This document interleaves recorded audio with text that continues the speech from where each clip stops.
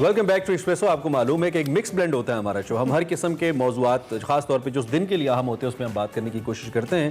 So now let's move on to the most important one of the most important topics today. आज अगर आपने हमारा express अखबार पढ़ा हो तो उसकी लीड पे तो अफगानिस्तान के हवाले से खबर है, लेकिन इसी के ऊपर एक बड़ी अहम खबर FATF के हवाले से भी है। बदकिस्मती से पाकिस्तान जून से FATF की ग्रे लिस्ट में जून 2018 से इसमें शामिल है और गुज़िश्ता साल अक्टूबर 2020 को FATF का पेरिस में 3 रोज़ा इजलास हुआ था। इस इजलास में 27 नुकात पर एक्शन प्लान का जायजा लिया गया था और FATF के हवाले से ही हम अगर बात करें तो उसके मुताबिक पाकिस्तान ने 27 में से 21 नुकात पर कामयाबी से अमल किया है, जबकि बकिया 6 नुकात पर अमल दरामद के लिए अब तक ग्रे लिस्ट में रखने का फैसला किया गया था। आज से 3 रोजा वर्चुअल इजलास हो रहा है जो 24 फरवरी तक जारी रहेगा, जिसमें मनी लॉन्ड्रिंग और टेरर फाइनेंसिंग के हवाले से पाकिस्तान के इकदाम का जायजा लिया जाएगा। इजलास में आलमी माली निज़ाम को लाखतरात के तदराक पर भी गौर किया जाएगा और इजलास के हवाले से मज़ीद बताएं तो IMF, वर्ल्ड बैंक समेत आलमी इदारे और किन ममालिक जो कौन कौन से ममालिक इसमें शिरकत करें, और इसके बाद इजलास के बाद 25 फरवरी को फैसला किया जाएगा कि पाकिस्तान को ग्रे लिस्ट से निकालना है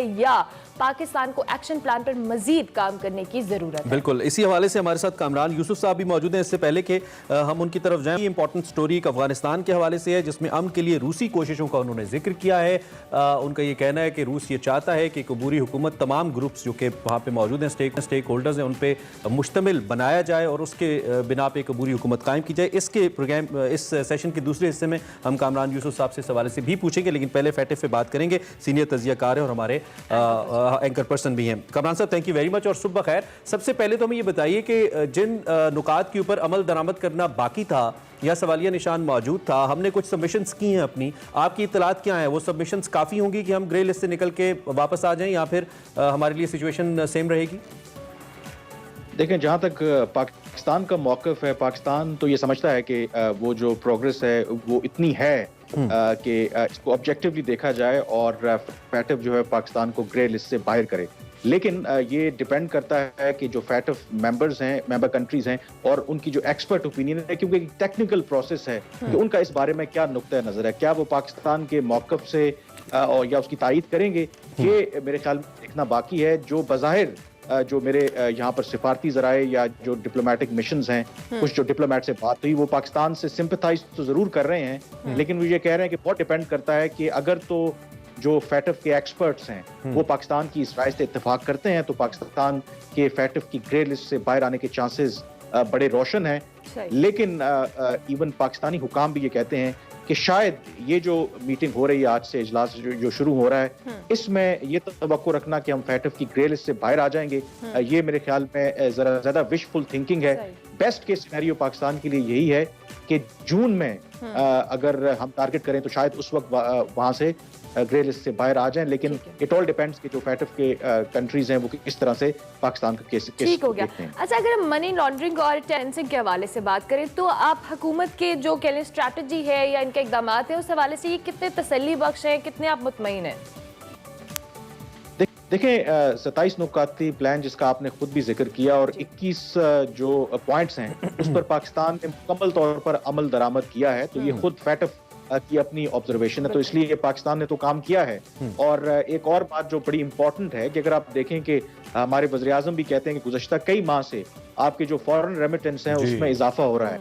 उसकी एक वजह यह भी है कि जो आपने मनी लॉन्ड्रिंग के खिलाफ जो कवानीन है उनको सख्त किया है, जिसकी वजह से लोगों के पास ऑप्शंस अब कम हुए हैं कि वो गैर कानूनी तरीके से हवाला हुंडी के जरिए से पैसा मुल्क के अंदर भिजवाएं, तो पाकिस्तान को उसका फायदा भी हुआ है। लेकिन जो 6 बाकी नुकात हैं आई थिंक वो ज्यादा क्रिटिकल भी हैं, जिसकी वजह से हमारा जो पड़ोसी मुल्क भारत है या अमेरिका है जो उस पर सवालात भी उठाता है, वो बुनियादी तौर पर हमारे जो प्रोसिक्यूशन का निज़ाम है, यानी कि जो हार्डकोर टेररिस्ट हैं जिनके बारे में कहा जाता है कि हम उनको सक्सेसफुली प्रोसिक्यूट नहीं कर सकते या जो सजाएं देते हैं तो वो इतनी सस्टेनेबल नहीं होती, तो ये वो एरिया है जिस पर पाकिस्तान ने हालिया महीनों में काम भी किया है। कुछ अगर आप देखें कलादम तंजीमों के जो सरबराह थे उनको सजाएं भी दी हैं और अच्छी खासी सजाएं दी हैं, लेकिन अभी भी जाहिर है कि भारत उसके शकूक व शुबहात से देखता है। अच्छा, उस सारे प्रोसेस को पॉलिटिकल करने की कोशिश कर रहा है। ठीक है कामरान, इसमें बड़ा अहम नुक्ता है, थोड़ी सी गुफ्तगू दूसरी जानिब चली जाएगी, लेकिन इसमें मैं चाहता हूं आप कमेंट करें, चूंकि हमने जिक्र किया पाकिस्तान के ऊपर तो कलदम तंजीमों पर पाबंदी लगाने का मुतालबा भी होता है, बाय नेम जाके इंडिया नाम भी लेता है और अमेरिका के अंदर भी तस्करे होते हैं लेकिन when it comes to the terror that is being done by India in Pakistan, इस पे बात इंटरनेशनल वर्ल्ड नहीं करती है। हमने कुलभूषण जाधव की सूरत में हमारे पास उनका दहशतगर्द कमांडर मौजूद है जो कि उनका सर्विंग ऑफिसर है जो दहशतगर्दी के लिए आया था। फिर हमने डोजियर्स रिसेंटली उनके हवाले किए, आपको भी मालूम है इस चीज़ का। उसके बावजूद दुनिया टस से मस इंडिया के हवाले से नहीं होती है।